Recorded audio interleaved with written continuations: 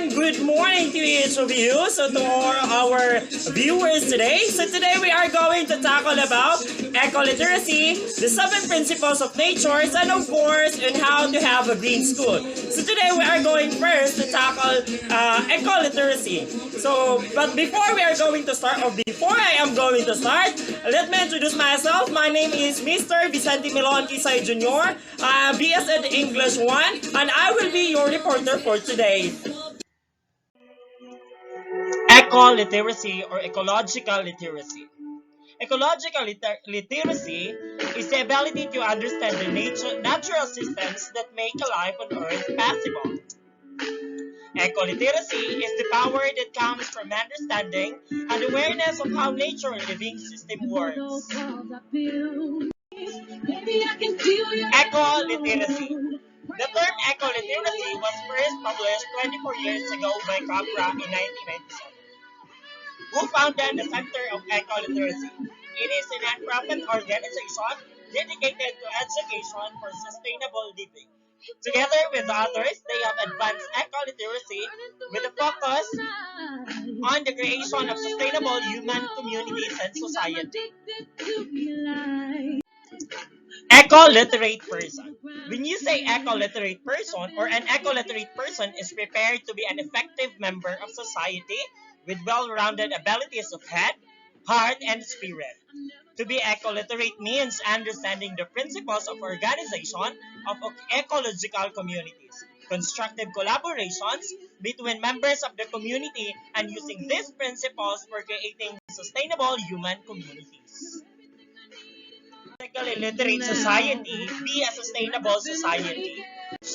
Do not destroy the natural environment in which they depend.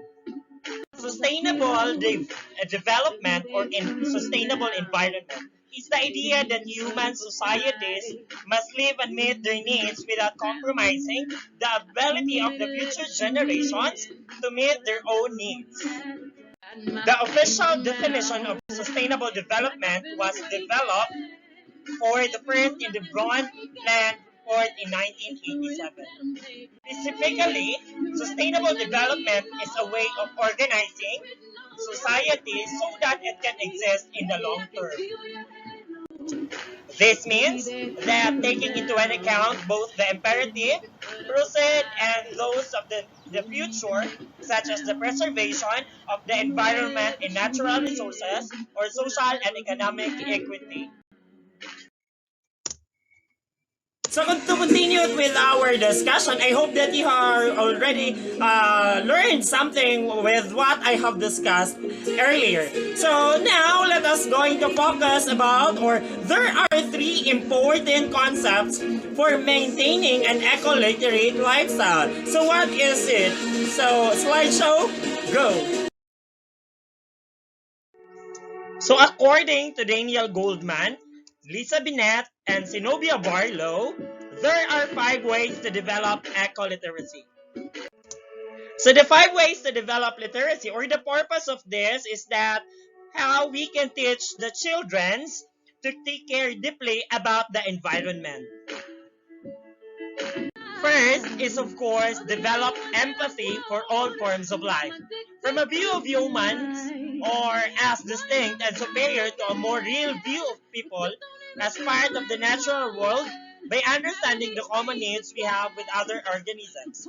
From that, we may broaden our circles of empathy to include other living forms, quality of life, and real care.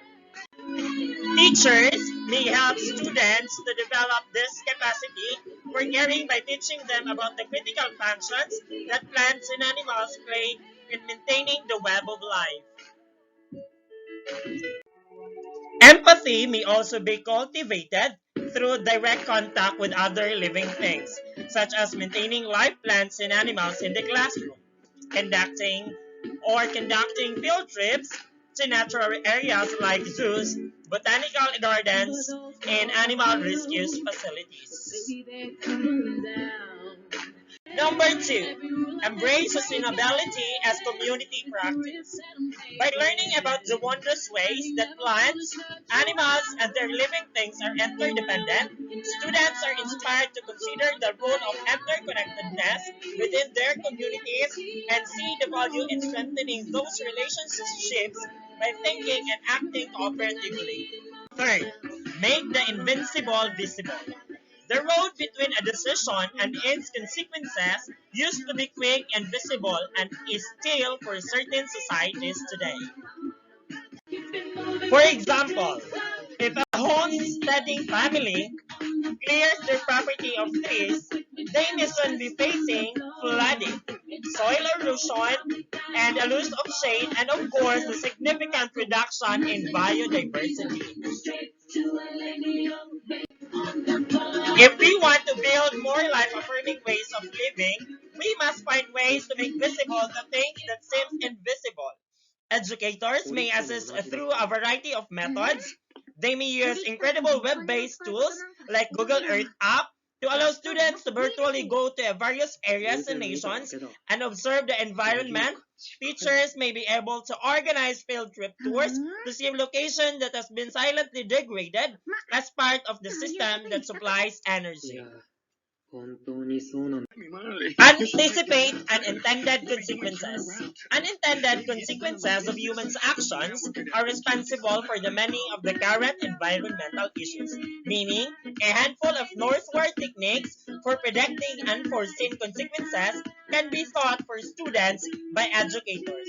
When an activity threatens to have a harmful influence on the environment or human health, precautionary measures should be implemented regardless of whether a cause and effect link has been scientifically proven.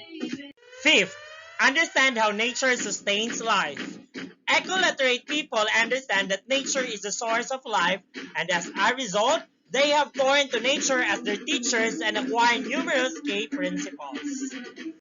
So to continue with our discussion, I hope that you are already learned something with what I have discussed earlier. So now let us going to focus about, or there are three important concepts for maintaining an eco-literate lifestyle. So what is it? So slideshow, go.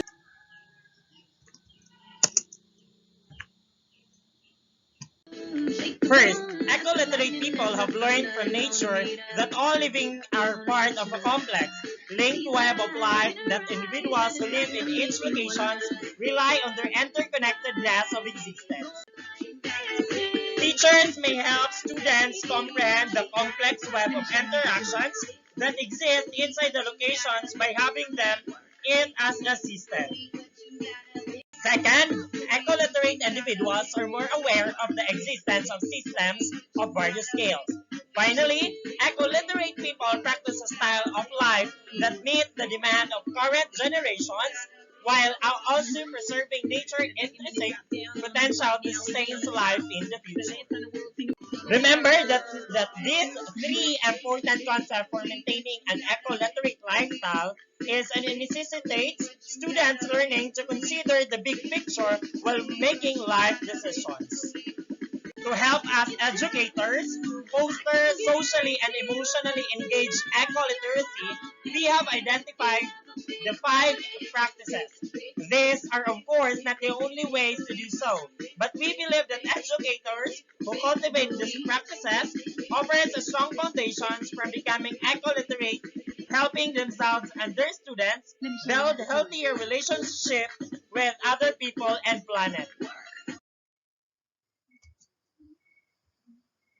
Now we are going to be tackling about the seven environmental principles. So first, it's nature knows best. Second, all forms are important. Third, everything is connected to everything else. Fourth, everything changes. Fifth, everything must go somewhere. Sixth, ours is an infinite earth. Seventh, nature is beautiful and we are the stewards of God's creation.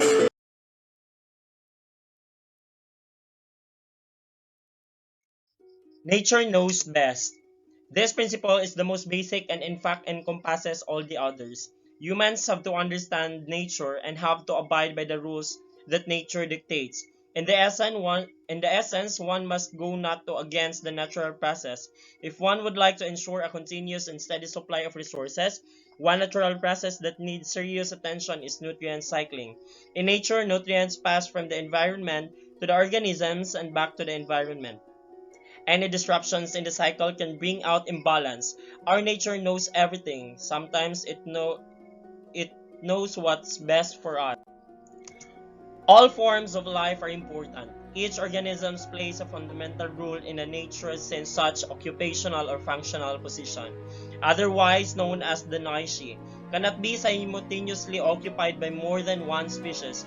It is apparent that all living things must be considered as inviolable in the maintenance of homeostasis in the ecosystem. Third, everything is connected to everything else. This principle is the best exemplified by the concept of ecosystem. In an ecosystem, all biotic and amniotic components interact with each other. To ensure that the system is perpetuated, any outside interference may result an imbalance in the deterioration of ecosystem. Everything changes. It is said that the only permanent thing is change. Our world is constantly changing and nothing is permanent anymore. Even each day, human tries to change their living to fit into the world. Fifth, everything must go somewhere. When a piece of paper is thrown away, it disappears from sight, but it does not cease to exist. It ends up elsewhere.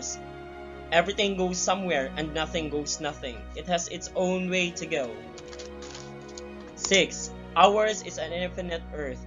Just how long would Earth be able to sustain and demand and its resources? This is a question that needs a serious reflection. Unless the factors of population's growth, lifestyles, and polluting technologies are checked, the collapse of the Earth might be inevitable.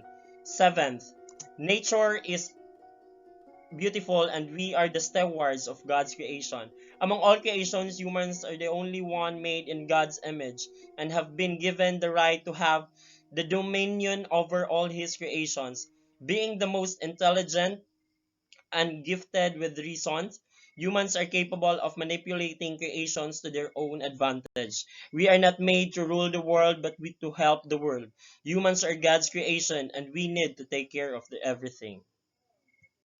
All right, so to continue with our discussion, we are now going to tackle. I'm sorry, we are now going to tackle about green school. Of course, when we say green school or a green school is much more than just a curriculum and activities and building materials.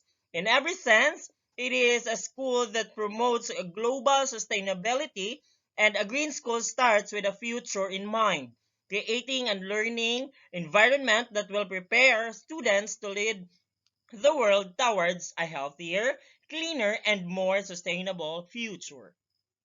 So in this discussion, we are going to tackle about green school and its impact and of course its benefits. So these three components are the green school's quantitative success measures, and they have a significant impact on both global and sustainability and individual, student, and teachers' wellness. So reduced environmental impact, it increased health and well-being, and also it increased the environmental and sustainability literacy for all graduates.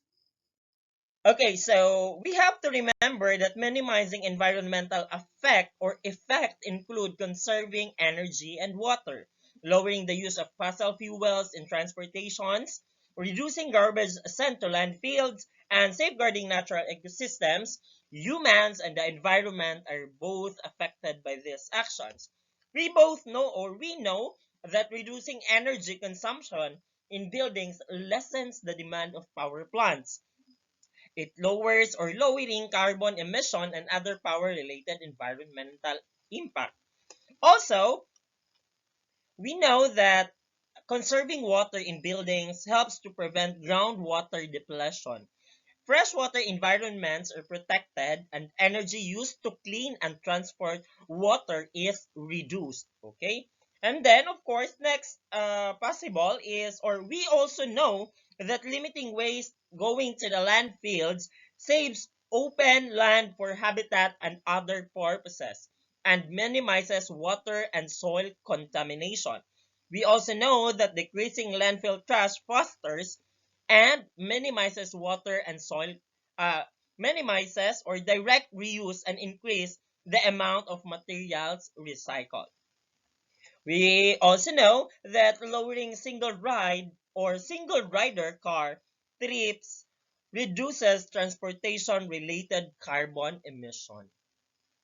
So in this topic or in this slide, I'm going also to tackle about the impact in health and well-being.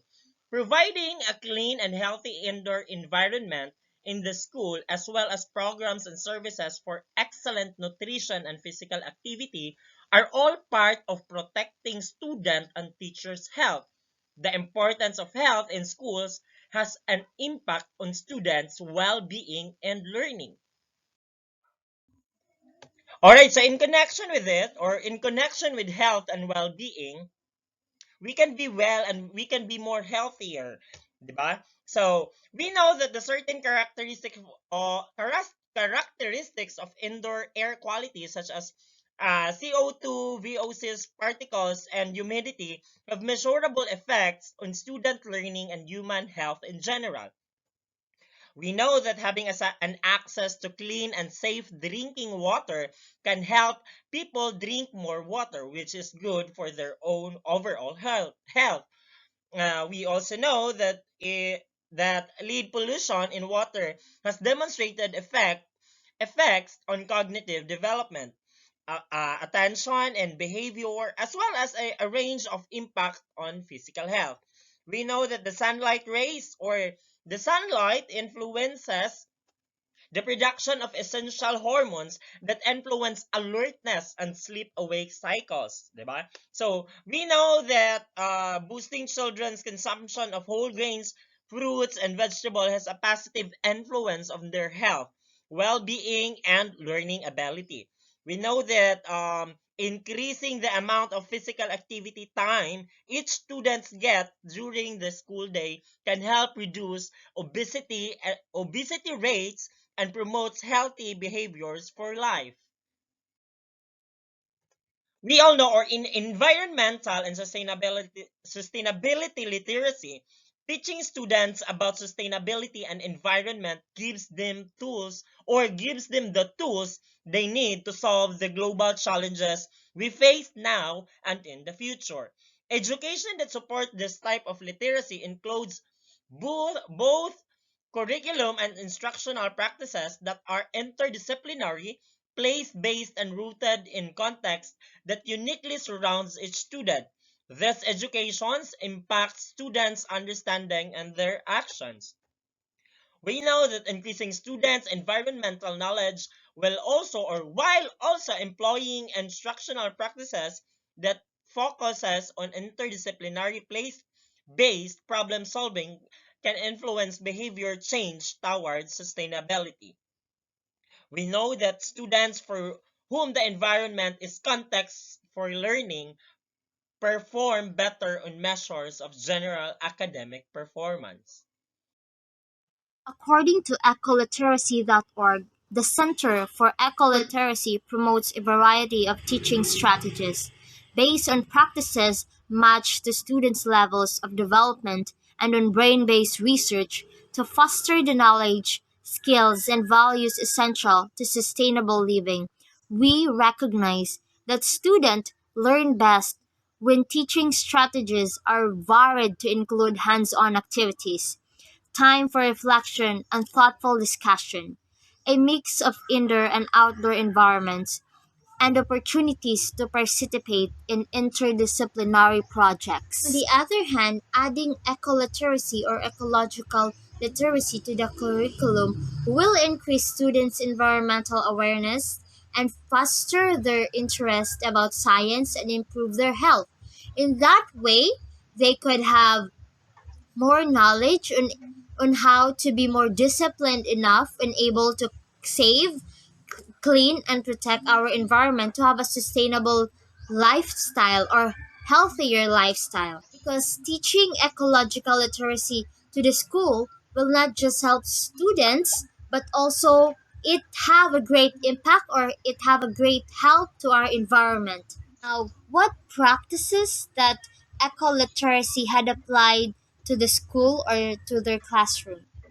Practices that ecoliteracy had applied to the school or to their classrooms. It's that tree planting, proper waste disposal, cleaning the grounds, and recycling, and also saving water.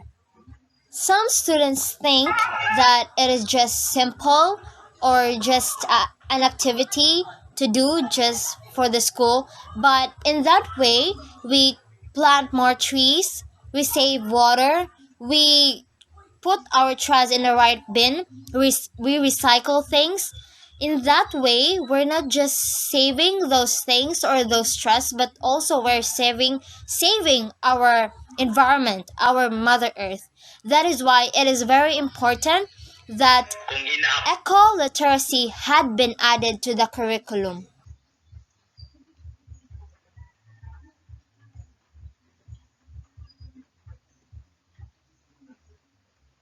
Example of the environmental activities that we could do to help our community is that participate any organization that will help our environment, like for example tree planting.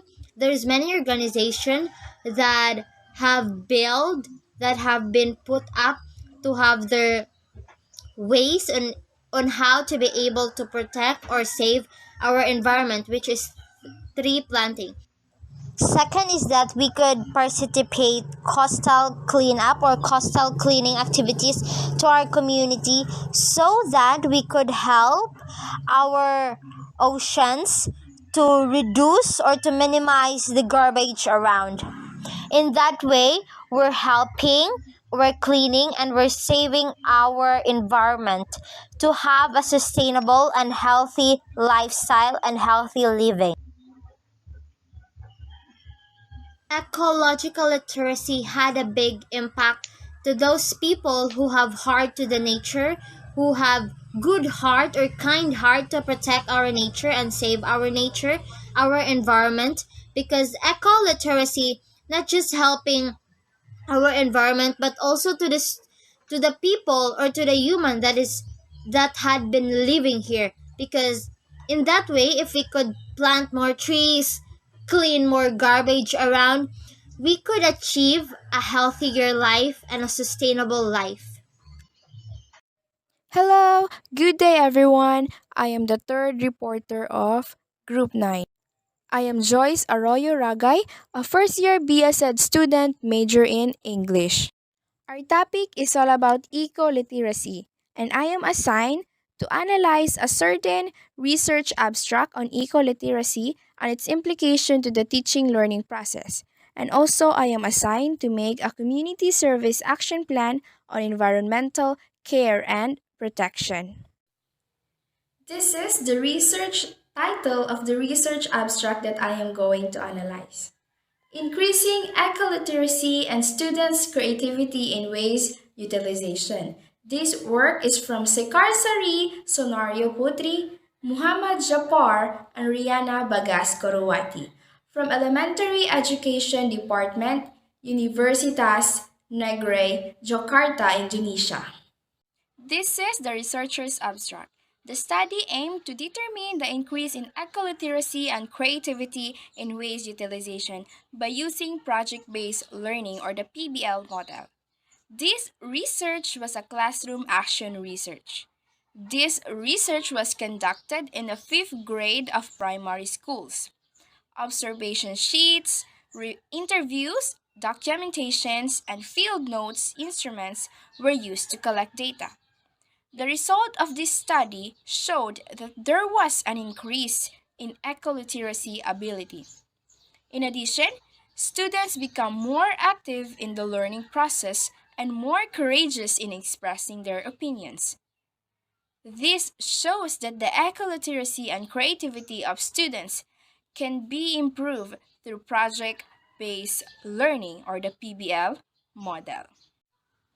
Based on the research abstract, they are using the PBL or the project-based learning, which is by any chance very effective.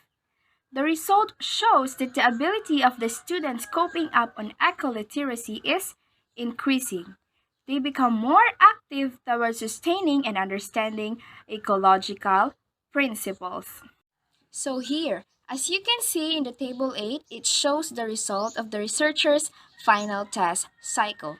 From the value of 80 to 100, 60 to 79, 40 to 59, 0 to 39 with the category of high, high enough, and less high.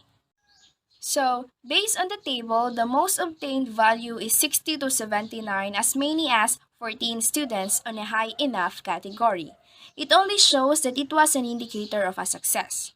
However, it may not been reached the value of 80 to 100. Nevertheless, it was a very successful result using the model of project-based learning. So, the question now is, what is the implication of the research abstract to the teaching learning process? Well, the implication of this study to the teaching learning process is to promote a unique way of being an eco-literate person. In this time of severe environmental problems, eco-literacy must be in the perspective within the curriculum. Educate students to be literate about working in the environment. Instilling eco-literacy by teachers to students is very important to develop students' eco-literacy skill and to internalize relationship between nature to the daily life of the students. The teacher must be able to explore the students' abilities so that they can be more productive and see talents and abilities of students in the learning process. So now I am going to make an action plan on environmental care and protection. Remember that this is a plan, regardless of its success and failure. Eco-literacy is to understand and internalize sustainable ecological relationship in the nature and to transfer this sustainable lifestyle to daily life. Despite the fact that eco-literacy does not have only one unique definition. However, it is difficult to measure eco-literacy due to its being a complex concept.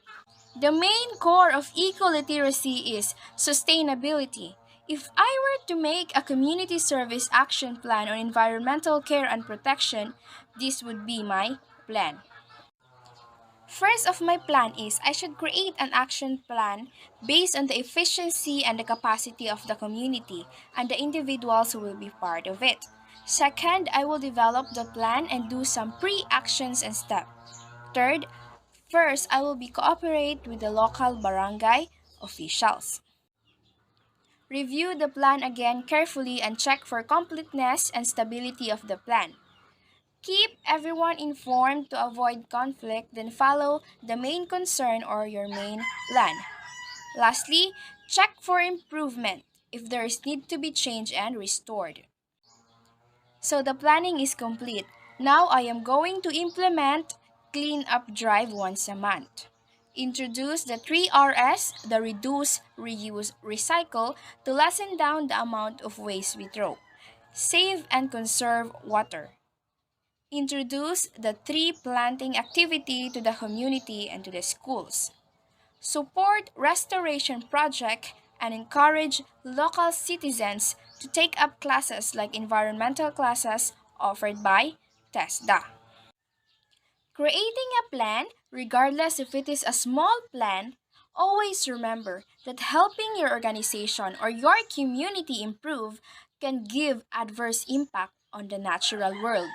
Remember that common points of eco-literacy is always the sustainability and the effectiveness and the understanding of the relationship we have with nature. Remember, it is not how big our plan is, it is how we work hand in hand for leadership and responsibility because everything we do, it always varies our actions. Before I end, I like you to remember this that the actions that we do can give a greater impact to our environment. So we must sustain and preserve it for the future generation. Here is the link of my references.